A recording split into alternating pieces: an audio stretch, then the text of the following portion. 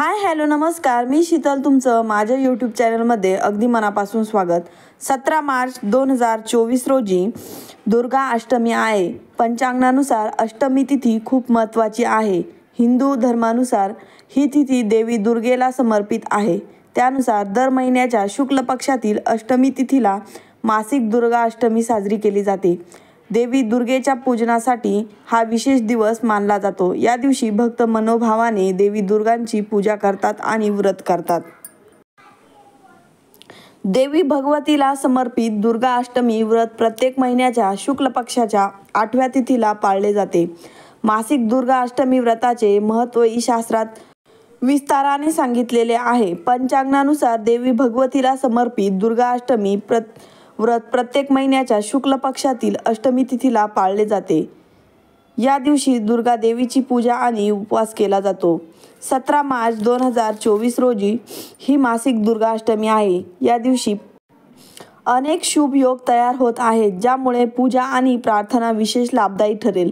धार्मिक मान्यतेनुसार या दिवशी देवी भगवतीची पूजा केल्याने सुख समृद्धी मिळते. जीवनातील सर्व प्रकारचे दुःख दूर होतात. जाणून घेऊया मासिक दुर्गा अष्टमी तिथी, मुहूर्त आणि पूजाविधी.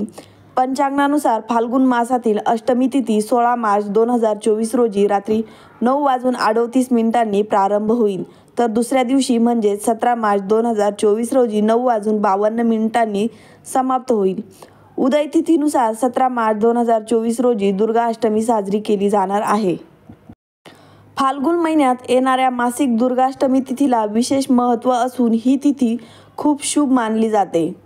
फाल्गुन महिना हा धार्मिकदृष्ट्या खूप शुभ महत्त्वाचा आहे. या महिन्यात हिंदू धर्मातील महत्त्वाचे सण उत्सव साजरे होतात.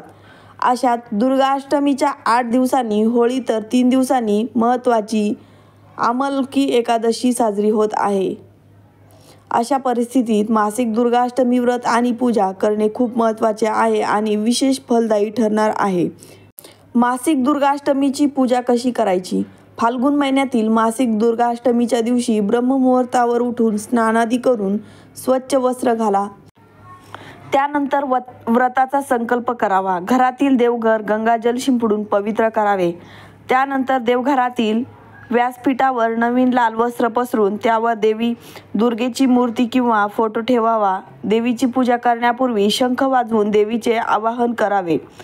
त्यानंतर देवीच्या मूर्तीसमोर बसून अक्षता, लाल फुले, रोळी, वेलची, सुपारी, लवंग, अत्तर इत्यादी पूजेचे साहित्य अर्पण करा. सोबतच सुकामेवा आणि मिठाई अर्पण करावी. त्यानंतर दुर्गा सप्तशतीचे पाठ करावे. देवी दुर्गेची आरती करत प्रसाद वाटप करावा. दुर्गा अष्टमीचे विशेष काय आहे? पश्चिम बंगालमध्ये अष्टमी मोठ्या उत्साहात साजरी केली जाते.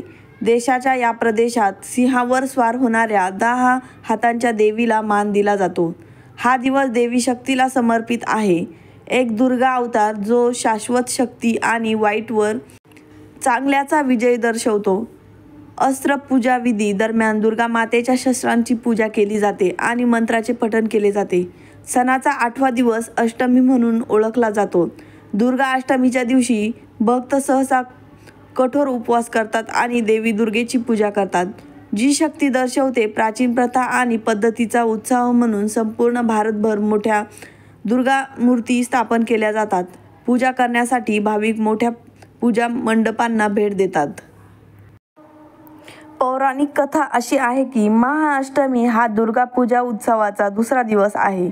महासप्तमी हा दिवस आहे जेव्हा देवी दुर्गा आणि महिषासूर यांच्यात युद्ध सुरू होते, जो राक्षस राजा आहे. दुर्गा पूजेचा सण म्हणजे दैत्य राजावर देवीच्या विजयाचा उत्सव. हिंदू पौराणिक कथेनुसार जगदृष्ट राक्षस महिषासुराच्या धोक्यात होते, ज्याला कोणताही मनुष्य किंवा देव पराभूत करू शकत नव्हता.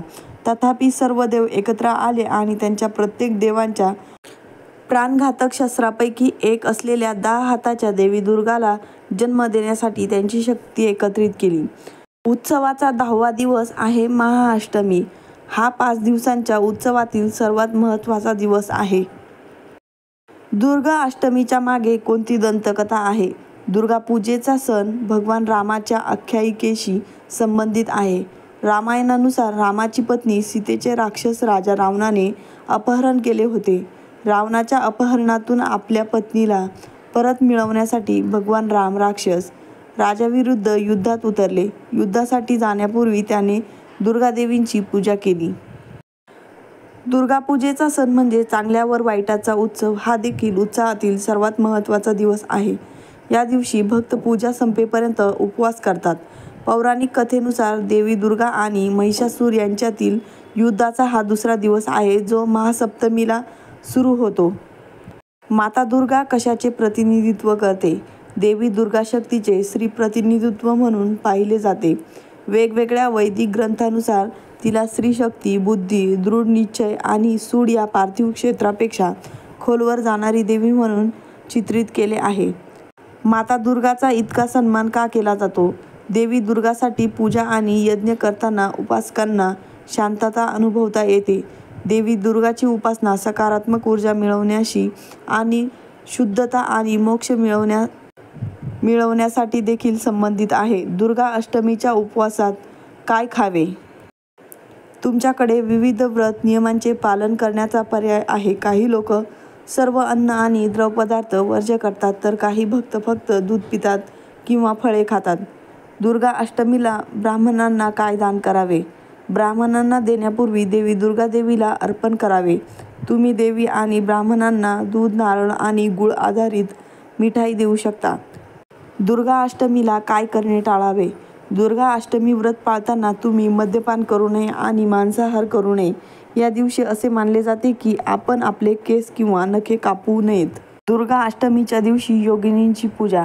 देवीच्या सहकारी मानल्या जाणाऱ्या 64 योगिनींनाही दुर्गा अष्टमीला पूजनीय मानले जाते. आरती आणि मंत्र. 7 वेळा दिवा लावून देवीची पूजा केली जाते, तर पूजेदरम्यान दुर्गा सप्तशती मंत्राचा 108 वेळा पठण केला जातो.